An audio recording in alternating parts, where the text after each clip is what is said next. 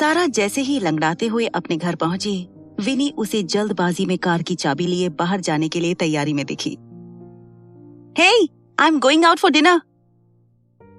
लेकिन जब विनी ने सारा की हालत को देखा तो उसने सारा को कसकर गले लगा लिया। हे, व्हाट हैपेंड? थोड़ी देर पहले हुए इस हादसे के बाद सारा को एहसास हुआ कि उसे बस विनी के टाइट हग की जरूरत थी। उसकी सारी थकान 1 सेकंड में गायब हो गई। आई एम ओके विनी, बस हल्की सी चोट है।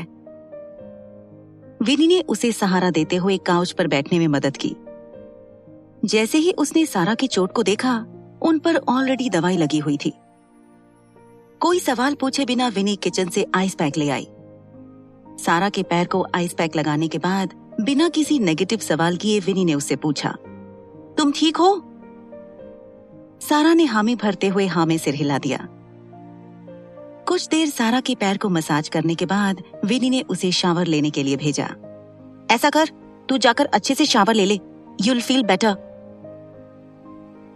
जब कुछ देर पहले विनी ने लाइव न्यूज देखी, तब उसे एक ही वक्त पर सारा के लिए बुरा भी लग रहा था और रिपोर्टर्स पर गुस्सा भी आ रहा था। लेकिन जब नील सबरवाल ने सारा की मदद करने के लिए अपना हाथ आगे बढ़ाया, तो विनी को कुछ रिलीव्ड महसूस हुआ। विनी को इस बात की कोई परवाह नहीं थी कि नील ने सच कहा या झूठ, और ना ही इस बात की फिक्र थी कि आगे क्या होगा। लेकिन जो कुछ भी करके उसने सारा को उस सिचुएशन से बाहर निकाला, इससे विनी को अच्छा लगा। आज दोपहर अपनी फ्रेंच दोस्त एवा से नील सबरवाल और मिसेस माया सबरवाल की इंफॉर्मेशन का पता चलने के बाद विनी कुछ देर के लिए हक्की बक्की रह गई थी। उसे ये जानकर हैरानी हुई कि फेमस फैशन ब्रांड विजन का ओनर कोई और नहीं, नील सबरवाल था। विजन ब्रांड ने कुछ टाइम पहले ही मार्केट में एंटर किया था, लेकिन थोड़े ही वक्त में विजन एक इंटरनेशनली सेंसेशनल ब्रांड बन गया था। ये बात जान विनी पहले ही इम्प्रेस हो गई थी, लेकिन जिस तरह नील ने सारा को बचाया, विनी की नजर में उसकी इज्जत और ज्यादा बढ़ गई। शावर लेने के बाद सारा वापस विनी के पास आ गई। अब बता, एग्जैक्टली हुआ क्या था? विनी के इस सवाल पर सारा ने उसे सब कुछ डिटेल में बताया। कुछ देर विनी को डिटेल में सिचुएशन के बारे में समझाने के बाद सारा ने पार्किंग लॉट में हुई बात भी विनी को बताई। पता है, उस मेंटल ने मुझे उससे एंगेजमेंट करने को कहा। नील के अजीब से ऑफर के बारे में विनी को बताते हुए सारा काफी गुस्से में लग रही थी। विनी ने सारा को समझाते हुए कहा, इसमें क्या प्रॉब्लम है? वैसे भी बात सिर्फ एंगेजमेंट की है, शादी की नहीं। विनी की इस बात को किसी जोक की तरह लेकर सारा ने उससे कहा, विनी, ये कोई मजाक नहीं है। इस पॉइंट पर विनी भी डिबेट करने के मूड में आ गई थी। अपनी बात को आगे बढ़ाते हुए उसने सारा से कहा, मैं भी मजाक नहीं कर रही हूँ। लुक, उसके बैकग्राउंड को देखकर ऐसा बिल्कुल नहीं लगता कि उसे तुमसे कोई मतलब है। वो ये सब सिर्फ तुम्हारी और एएस ग्रुप्स की मदद करने के लिए कर रहा है। सारा ने आंखें मूंदते हुए विनी से सवाल किया, और शान का क्या? शान का नाम सुनकर जैसे विनी ने मैदान ही छोड़ दिया। जब भी बात शान की आती तो सारा किसी का कुछ भी नहीं सुनती थी। सारा और शान बचपन के दोस्त थे। कॉलेज के वक्त से ही शान सारा का इकलौता बॉयफ्रेंड रहा था। आज भी पूरी दुनिया में सिर्फ शान ही सारा को किसी बात के लिए कन्विंस कर सकता था।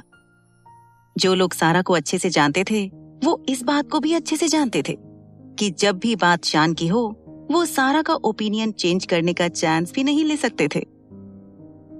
विनी ने सारा से हमेशा वाला सवाल पूछा, शान ही क्यों?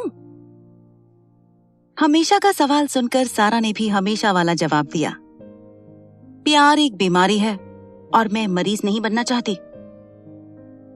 उसने शान को याद करते हुए कहा, शान मेरा एंटी लव टैबलेट है। उसे इस बात से कोई फर्क नहीं पड़ता कि मैं उससे प्यार करती हूं या नहीं, और कोई मुझे उससे बेहतर जान भी नहीं सकता। सो अगर वो नहीं तो कोई नहीं। डिनर करने के बाद सारा और विनी दोनों अपने अपने कमरे में सोने चले गए। आज हुआ इंसिडेंट सारा को रेस्टलेस कर रहा था। उसने अपने आप को रोकने की बहुत कोशिश की, लेकिन अब कंट्रोल करना उसके हाथ से बाहर हो रहा था। वो बेड से उतरी और उसने कमरे का दरवाजा लॉक किया। अलमारी के पास जाने के बाद उसने अंदर से कंबल निकाला और उसे पकड़कर रोने लगी। हमेशा मेरे साथ ही ऐसा क्यों होता है? सबरवाल सर, आप क्यों चले गए? आपने भी मुझे अकेला छोड़ दिया। रोते रोते उसे पता ही नहीं चला कि वक्त कैसे गुजर गया। सुबकते सुबकते वो कंबल पकड़कर वहीं जमीन पर सो गई। उसने एक खूबसूरत ख्वाब देखा। उसने देखा एक छोटी 7-8 साल की लड़की गार्डन में दौड़ रही थी। प्यारे से पिंक फ्रॉक और क्यूट सी पोनीटेल से ज्यादा उसकी मासूम हंसी उसे अडोरेबल बना रही थी। उसके पीछे एक औरत उसे पकड़ने के लिए भाग रही थी। उस औरत को देखकर ऐसा लग रहा था जैसे वो छोटी सी बच्ची उसकी परछाई हो। कुछ दूर तक दौड़ के उस औरत ने अपनी बच्ची को पकड़ लिया और उसे गुदगुदी करने लगी। अब कहाँ भागोगी my sweetie pie? Now mamma won't leave you. Mamma please leave me, छोड़ो ना। वो क्यूट सी बच्ची जोर जोर से हंसते हुए कब से खुद को अपनी माँ से छुड़ाने की कोशिश में लगी थी। वो नजारा माँ और बेटी का इतना प्यारा दिख रहा था कि किसी को भी अपना बचपन याद आ जाता है। शायद सारा भी अपने बचपन को याद करते हुए सपना देख रही थी। वो सपना इतना हसीन था कि सारा दर्द में भी मुस्कुरा रही थी। उसी सपने के साथ अपने सारे प्रॉब्लम्स भूलकर सारा कंबल पकड़े चैन से सो गई। अगले दिन के अखबार, न्यूज चैनल और सोशल मीडिया पर एक ही खबर थी। इस खबर को काफी लाइक्स और कमेंट्स मिल रहे थे। खबर कोई और नहीं, पॉपुलर असिस्टेंट सारा मलिक और बिजनेस टाइकून नील सबरवाल के सुपर रोमांटिक रिलेशनशिप की थी। नील के डेलिकेटली सारा की आंखों से आंसुओं को पोंछने का फोटो इस तरह वायरल हो गया था कि उसे मिलियंस ऑफ व्यूज मिलने लगे। सबरवाल्स की पूरी प्रॉपर्टी एक मामूली सी असिस्टेंट सारा मलिक की होने के बाद एक और बड़ी न्यूज सामने आ रही है। कल ही सबरवाल खानदान के इकलौते वारिस ने सारा मलिक को अपनी गर्लफ्रेंड अनाउंस किया है। ये रिश्ता वाकई सच्चा है या फिर इसमें भी कोई डील, कोई समझौता छुपा है? यही न्यूज आग की तरह फैल रही थी। दूसरी तरफ मीडिया कंपनी के बॉस नील सबरवाल को नाराज करने से टेंशन में थे, तो उन्हें उसकी वजह से जो टीआरपी मिल रही थी उससे बहुत खुश भी थे। सारा के इंटरव्यू से जितना फायदा उन्हें नहीं होता, उससे कई गुना ज्यादा इस खबर से हो रहा था। बाहर चल रहे इस शोर से अनजान सारा अंगड़ाई लेते हुए खूबसूरत स्माइल के साथ उठी। उसने किसी फिल्म के हीरोइन की तरह हल्के से अपना कंबल अपने आप से दूर किया। जब उसने अपने पैर की चोट को छूकर देखा, उसे एहसास हुआ कि वो ठीक हो गया था। जैसे वो खड़े होने गई, उसका ये फिल्मी शॉट किसी कॉमेडी रील में बदल गया और वो कराने लगी, आ! रात भर जमीन पर सोने से सारा की कमर में दर्द होने लगा था। मेरी कमर! सारा, ऐसे रात भर जमीन पर सोएगी तो यही होगा ना। खुद में बड़बड़ाते हुए उसने धीरे धीरे उठने की कोशिश की और खड़ी हो गई। उसने कंबल को सही करते हुए अलमारी में रखा और अनोइंग फील करते हुए बाथरूम की ओर बढ़ गई। अपनी नापसंद ब्लैक कलर के विंड ब्रेकर को पहनकर तैयार होने के बाद वो कमरे से बाहर आ गई। बाहर का एटमॉस्फेयर देखकर सारा को कुछ अच्छा होने का अंदाजा हो गया। Vini once in a blue moon की तरह किचन में कुछ काम कर रही थी। क्या बात है, विनी और किचन में? लगता है सूरज आज वेस्ट से निकला है। उसने स्पीकर पर सारा का favourite song she is crazy but she is mine लगा रखा था और डांस करते हुए फ्रेंच टोस्ट बना रही थी। सारा ये सब देखकर सरप्राइज होते हुए खुद भी डांस करते करते विनी के पास चली गई। उसने विनी को इतना खुश देखकर खुद भी खुश होते हुए उससे कहा, मॉर्निंग, आज कुछ हुआ है क्या? विनी ने जैसे ही सारा को देखा, उसने उसकी कमर में हाथ डालकर डांस करना शुरू किया। एक कान से दूसरे कान तक पहुंचने वाली स्माइल के साथ उसने सारा से कहा, शान जल्दी आकर तुम्हारी जान लेने वाला है। शान का अपनी जान लेने का सुनकर सारा ने अंदाजा लगाया कि विनी जरूर मजाक कर रही होगी। उसने ज्यादा सीरियस हुए बिना विनी से पूछा, किस खुशी में? सारा का इस तरह का ऊपर के लेवल का कॉन्फिडेंस देखकर विनी ने उसे न्यूज़पेपर की हेडलाइन दिखाई। सारा ने कैजुअली न्यूज़पेपर को हाथ में लिया और पढ़ने से पहले विनी को अपनी over confident smile the. Love story of the season. वो न्यूज देख सारा को किसी बॉलीवुड कपल की न्यूज को पढ़ने का एहसास हुआ। उसने विनी को गंदा सा अनोइंग लुक दिया, लेकिन फिर जैसे ही उसने हेडलाइन के नीचे फीचर किया हुआ फोटो देखा तो वो देखती रह गई। वो फोटो सारा और नील की कल कंपनी के सामने खींची हुई फोटो थी। सारा के हाथ से न्यूज़पेपर नीचे गिर गया और रोनी सूरत बनाते हुए वो चिल्लाई, उफ नील, उफ, गॉड डैम। वो दौड़ते हुए अपने कमरे में गई। किचन में खड़ी विनी को कुछ गिरने की आवाज आई। किसी को होना हो, विनी को सारा के असली सारा होने की हर डिटेल पता थी।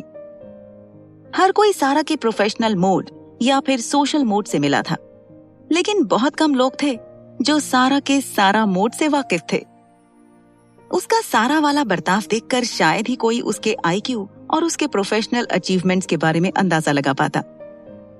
चाहे जितनी भी रिस्पॉन्सिबिलिटीज वो सक्सेसफुली निभा सकती थी, लेकिन आखिर में वो 23 साल की लड़की थी जो बाकी सभी लड़कियों की तरह केयरलेस और अनसॉर्टेड थी। वो कोई भी बिजनेस रिलेटेड डिसीजन ले सकती थी, लेकिन जब 2 ड्रेसेस में से एक सेलेक्ट करनी होती तो वो कंफ्यूज हो जाती थी। विनी ने हेल्पलेस होते हुए अपना सिर हिलाया और अपना फ्रेंच टोस्ट बनाने लगी। जैसे ही सारा भागते हुए किचन में आई तो विनी उसे देखकर पेट पकड़कर हंसने लगी। ये क्या हाल बना रखा है? सारा ने किसी स्पाई की तरह कोई उसे पहचान न सके इस इरादे से अपने चेहरे पर मास्क और सिर पर कैप पहन लिया था और हाथ में गॉगल्स पकड़े विनी के सामने खड़ी थी। उसने विनी से पूछा, क्या तुम पहचान सकती हो कि मैं कौन हूं? विनी जोर जोर से हंसने लगी। उसे जवाब दिए बगैर हंसता हुआ देख परेशान होकर सारा ने अपना मास्क और कैप उतारा। वो गुस्से में जाकर काउच पर बैठ गई और अपने आप से बात करने लगी। नील सबरवाल, मैं तुम्हें छोड़ूंगी नहीं। तुम इसकी भारी कीमत चुकाओगे। तुमने ऐसा क्यों किया? उफ यार, उफ।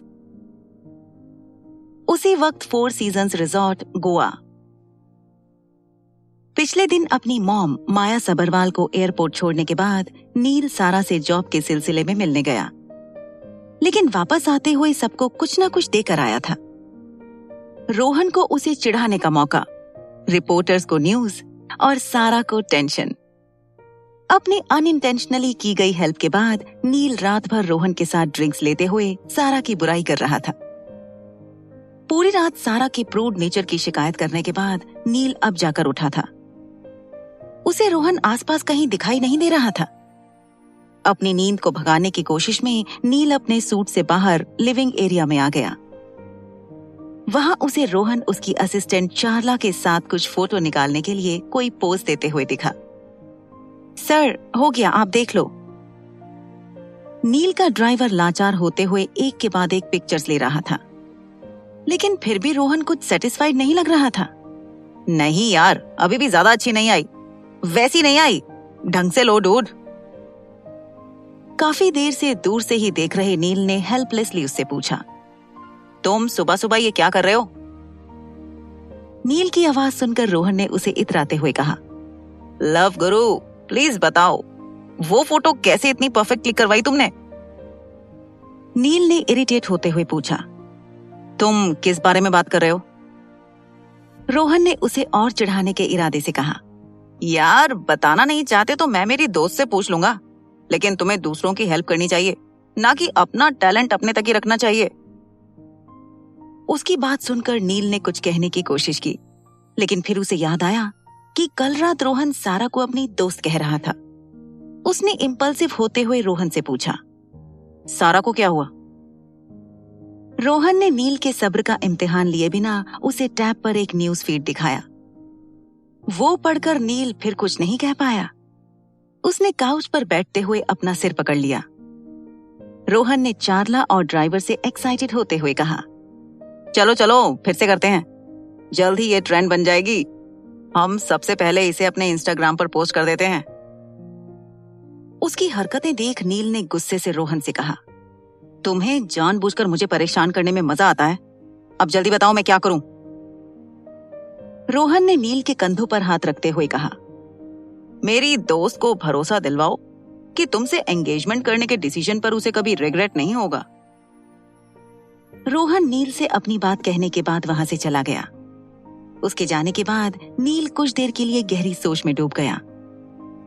उसने कुछ सोचने के बाद किसी को कॉल किया। हेलो, मैं नील सबरवाल बोल रहा हूं। अपनी बात खत्म करने के बाद नील के चेहरे पर सेटिस्फाइंग एक्सप्रेशन था। एएस ग्रुप्स के कैफे एरिया में कुछ लड़कियां और लड़के कॉर्पोरेट स्टाइल में कॉफी पीते पीते गॉसिप कर रहे थे। उनके गॉसिप का टॉपिक भी कुछ वैसा ही था जैसे फिलहाल पूरे शहर में था। एक लड़की ने अपनी कॉफी कप से एक सिप लेते हुए कहा, क्या तुम में से कोई जानता था कि एक असिस्टेंट होने का इतना प्रिविलेज होता है? अगर मुझे पहले पता होता तो मैं भी किसी के असिस्टेंट की पोस्ट के लिए ही अप्लाई करती। उसकी बात से सहमति दिखाते हुए दूसरे लड़के ने कहा, ऑफ कोर्स, अब मेरे जैसे हैंडसम लड़के को फेमस बिजनेसमैन की लड़कियों की लिस्ट बनानी पड़ेगी। उसकी बात सुनकर सभी हंसने लगे। उसमें से एक समझदार लड़की ने कहा, हमें बिना कुछ जाने किसी के बारे में ऐसी बात नहीं करनी चाहिए। बाकी सभी ने उससे नाराज होते हुए कहा, क्या तुम उसे अपनी रोल मॉडल समझती हो और उसकी तरह ही शॉर्टकट लेकर अमीर बनना चाहती हो? सबका सारा की तरफ का गलत ओपिनियन जानकर उसे अच्छा नहीं लग रहा था और वो वहां से उठकर जैसे ही जाने लगी, उसने देखा कि मिस्टर ग्रोवर उन सबको गुस्से से देख रहे थे। मिस्टर ग्रोवर ने सबसे कहा, क्या एएस ग्रुप्स आपको बातें करने के लिए पे करता है? मिस्टर ग्रोवर की आवाज सुनकर सभी अपनी जगह पर जम गए। सभी ने खड़े होकर मिस्टर ग्रोवर से माफी मांगते हुए कहा, अब सॉरी सर। उनका कहा सुनकर मिस्टर ग्रोवर का मूड और ज्यादा बिगड़ गया। उन्होंने पीछे खड़े अपने सेक्रेटरी से कहा, इन सबको काम की कमी हो रही है, वर्कलोड प्रॉपर्ली डिस्ट्रीब्यूट करो और इनका ब्रेक टाइम कम करो। अपनी बात खत्म करके वो जाने ही वाले थे कि उनकी नजर सारा के असिस्टेंट विराज पर पड़ी। उन्होंने मुड़कर सबसे कहा, सभी जानते हैं कंपनी की हालत कुछ ज्यादा ठीक नहीं है, तो अपने अपने लेवल पर सब कंट्रीब्यूट करेंगे। इन सबका आज के दिन का पे काट लो। ये बात सुनकर सभी का चेहरा उतर गया। मिस्टर ग्रोवर वहां से जा ही रहे थे कि कंपनी के पब्लिक रिलेशंस डिपार्टमेंट से किसी ने आकर सबको एक्साइटेड होते हुए एक खबर दी। एएस ग्रुप्स के होटल बिजनेस की मार्केट वैल्यू पहले से कई गुना ज्यादा हो गई है। उसकी ये बात सुनकर मिस्टर ग्रोवर ने उससे पूछा, हाउ? तो उस एम्प्लॉय ने जवाब देते हुए कहा, ये सब मिस मलिक और मिस्टर सबरवाल की वायरल न्यूज के बाद हुआ है। ग्लोब टूरिज्म के साथ हुई डील से हमें और उन्हें 3 टाइम्स ज्यादा प्रॉफिट हुआ है। सारा जैसे ही ऑफिस जाने के लिए अपने अपार्टमेंट से नीचे उतरी, उसने देखा कोई उसका इंतजार कर रहा था। कल के इंसिडेंट के बाद वो खुद ही अपनी सिक्योरिटी के लिए कुछ अरेंजमेंट्स करना चाहती थी, लेकिन कोई उसके बारे में उससे कहीं ज्यादा सोच रहा था। एक ब्लैक ऑडी के साथ कुछ एक जैसा यूनिफॉर्म पहने 4 हट्टे-कट्टे बॉडीगार्ड्स सारा का वेट कर रहे थे। उन्होंने सारा को देखकर उसे रिस्पेक्टफुली ग्रीट किया। क्या हो रहा है ये जानने की कोशिश में सारा ने उनसे पूछा, किसने अपॉइंट किया है आप सबको? सारा को जवाब देते हुए उनमें से एक ने कहा, मेरा नाम मुख्तार है। नील सर ने हम सबको आपको प्रोटेक्ट करने के लिए भेजा है मैम। उसका ये जवाब सुनकर सारा का मुश्किल से नॉर्मल हुआ मूड फिर से खराब हो गया। उसने अपने आप से बात करते हुए कहा, क्या ये सच में मुझे अपनी गर्लफ्रेंड समझने लगा है? ओह गॉड, मेरी लाइफ में क्या कम प्रॉब्लम्स थी जो अब ये एक और आ गया। कुछ देर खुद से बड़बड़ाने के बाद सारा ने मुख्तार की तरफ देखकर कहा, थैंक यू, बट मुझे इन सब की जरूरत नहीं है। आप सब वापस आपके बॉस के पास जाकर उन्हें सर्व कीजिए। मुख्तार को देखकर लग रहा था जैसे उसने पहले से ही ये सब एक्सपेक्ट किया था। उसने सारा को 1 मिनट रुकने का कहा और किसी की कॉल कनेक्ट करने लगा। कॉल कनेक्ट होते ही उसने कुछ बात कही और अपना फोन सारा को पकड़ा दिया। सारा ने कंफ्यूज होकर फोन को अपने कानों से लगाते हुए पूछा, hello, I don't need any help. आप जो भी हैं इनको वापस बुला लीजिए। अपनी बात खत्म करने के बाद सारा ने जो सुना उससे उसका मूड और ज्यादा खराब हो गया। फोन के दूसरी तरफ से नील ने सारा से कहा, मैं तुम्हारी हेल्प नहीं, एक बॉयफ्रेंड की ड्यूटी कर रहा हूं बेबी। सारा ने फोन को अपने कानों से दूर करते हुए अपने गुस्से को कंट्रोल करने की कोशिश की। अपनी इरिटेशन को दबाते हुए उसने नील से कहा, मिस्टर सबरवाल, अगर ये कोई मजाक है तो मेरा कल रात के बाद किसी भी मजाक का कोई इरादा नहीं है। आप ये मुख्तार एंड टीम को वापस बुला लीजिए। सारा के आखिरी वर्ड सुनने के बाद नील का उसे और चिढ़ाने का मन किया। उसने भोली आवाज बनाते हुए सारा से पूछा, वो लड़की जो कल मुझे अपना मेंटल ट्रीटमेंट लेने को कह रही थी, क्या वो तुम ही हो बेबी? सारा के सब्र का इम्तिहान अब ज्यादा टफ होता जा रहा था। उसने अपने दांत पीसते हुए कहा, पहले तो ये बेबी कहना बंद करो।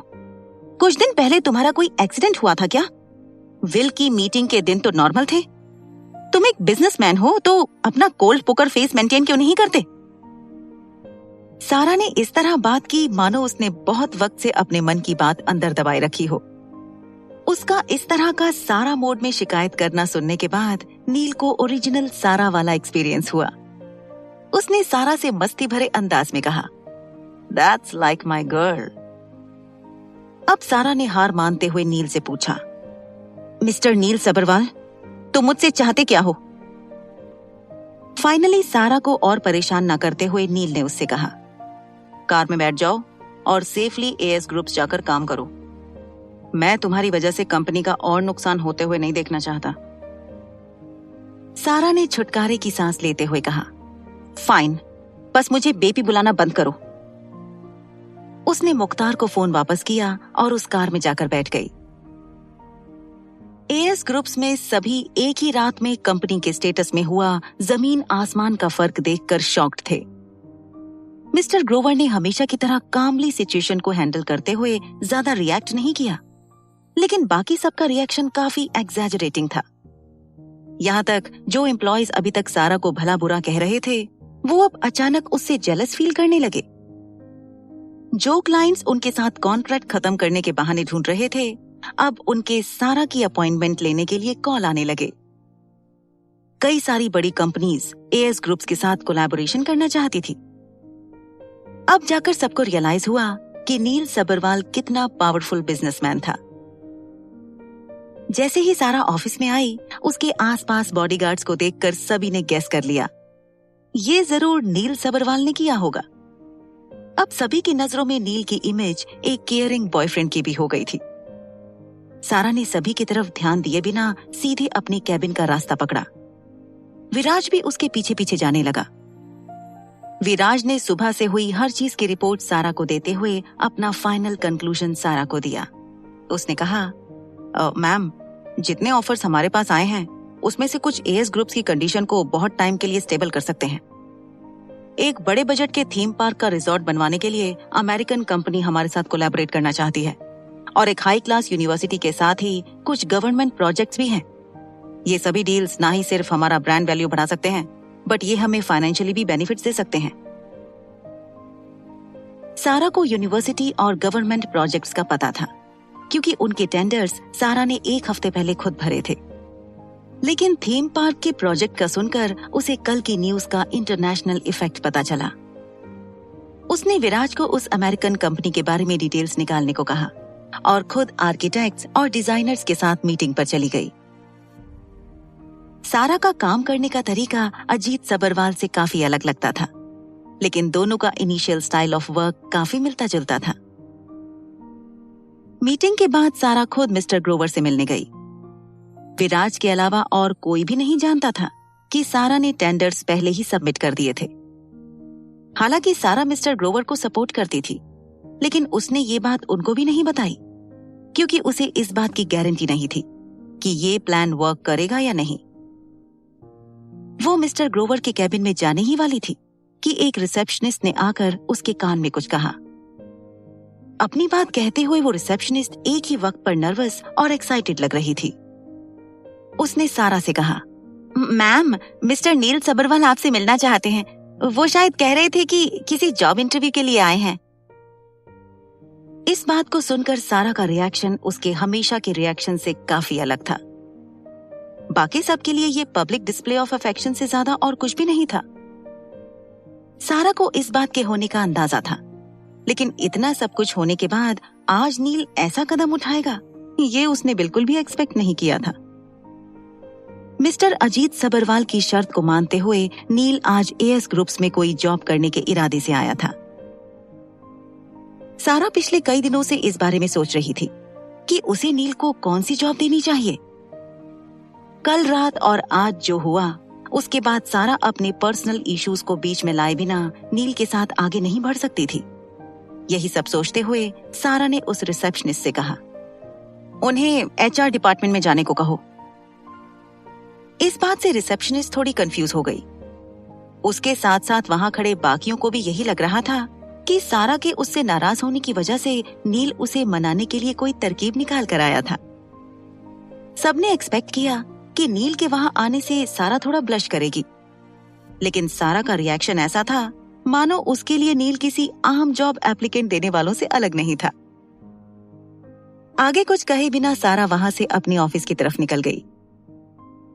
वैसे तो सारा ने सोचा था कि वो खुद नील का इंटरव्यू लेकर उसे किसी एडमिनिस्ट्रेटिव पोजीशन पर अपॉइंट कर देगी, लेकिन कल रात की उसकी गलती और आज सुबह की बेशर्मी के बाद वो उसे सफर करते हुए देखना चाहती थी। एचआर डिपार्टमेंट में नील सारा के नैके डिसीजंस को अप्रिशिएट करते हुए कुछ खुराफाती करने की अपॉर्चुनिटी ढूंढ रहा था।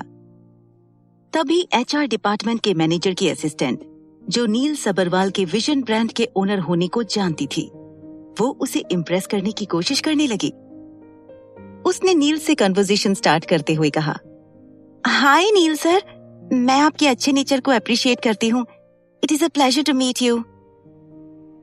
अचानक से किसी को अपने साथ ऐसे बात करते हुए नील को एहसास हुआ कि उसे जिस मौके की तलाश थी वो उसे मिल गया था। उसने अनजान बनते हुए उस लड़की से पूछा, मिस, आप क्या कहना चाहती हैं? मैं समझ नहीं पाया। रोहन के साथ रहते हुए वो लड़कियों को जज करना और उनको कोट करना तो सीख ही गया था। नील को अपने साथ बात करने में इंटरेस्टेड देखते हुए उसने कहा, मैं रीटा, एचआर मैनेजर की असिस्टेंट। मुझे अच्छे से पता है कि सारा आपकी कोई गर्लफ्रेंड वगैरह नहीं है। उसने तो फ्रांस का एफपी नहीं देखा होगा। आपके जैसा हैंडसम बॉयफ्रेंड तो उसे मिल ही नहीं सकता। रीटा की ऐसी बात सुनकर नील को अपने प्लान के सक्सेसफुल होने की गारंटी मिल गई। उसने इनोसेंट होने का प्रिटेंड करते हुए रीटा से कहा, आप तो सब कुछ जानती हैं, क्या आप मेरी थोड़ी मदद कर सकती हैं? मैं तो यहाँ पर किसी को जानता ही नहीं हूँ, सिर्फ आप ही मेरे करीबी हैं। अपने आप को नील के करीब होने का सुनकर रीटा क्लाउड 9 पर थी।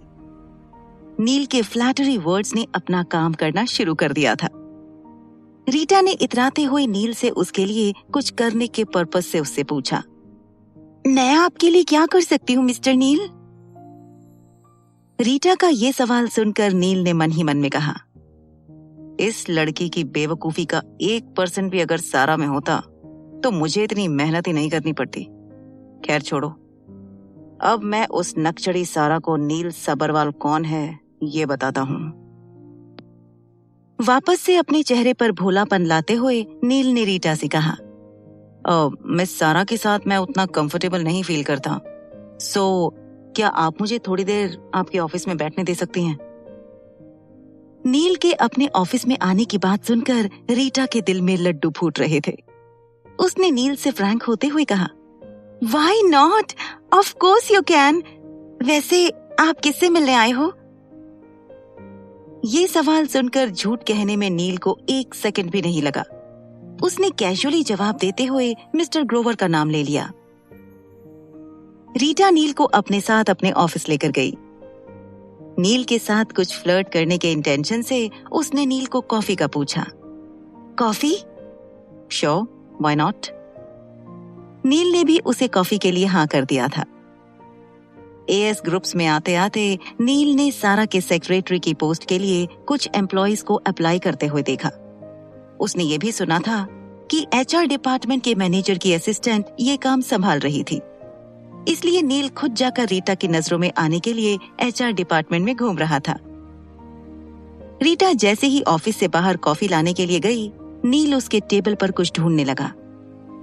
उसे जिस फाइल की खोज थी उसमें से एक डॉक्यूमेंट निकालकर उसने अपने किसी पेपर से बदल दिया। अपना काम पूरा होने के बाद उसने अपने आप से शरारती अंदाज में कहा, सारा बेबी, तुम्हें टेम करने के लिए देखो क्या क्या करना पड़ रहा है, बट डोंट वरी, तुम्हारा बॉयफ्रेंड हार नहीं मानेगा। नील अपनी सोच में ही गुम था जब रीटा कॉफी लेकर वापस अपने ऑफिस में आई। अब तक जो रीटा उसे सारा को तंग करने में मदद कर रही थी, अब नील को उसके इरिटेटिंग होने का एहसास हुआ। उसने रीटा से पीछा छुड़ाने के इरादे से कहा, sorry for trouble, I got to go now. और रीटा का जवाब सुने बिना वहां से चला गया। अपने साथ हुए इस स्ट्रेंज इंसिडेंट से रीटा कंफ्यूज हो गई। उसने कॉफी को टेबल पर रखा और टेबल पर रखी फाइल किसी को कहलवाकर सारा के ऑफिस में भिजवा दी। सारा के ऑफिस में नील सबरवाल के जॉब इंटरव्यू के लिए आने की बात से सारा अनईजी फील कर रही थी। इसी वजह से वो मिस्टर ग्रोवर से बात किए बिना ही अपने ऑफिस में वापस आ गई। सारा अपने आप को रिलैक्स करने की कोशिश कर ही रही थी कि किसी ने उसके ऑफिस के दरवाजे पर नॉक किया।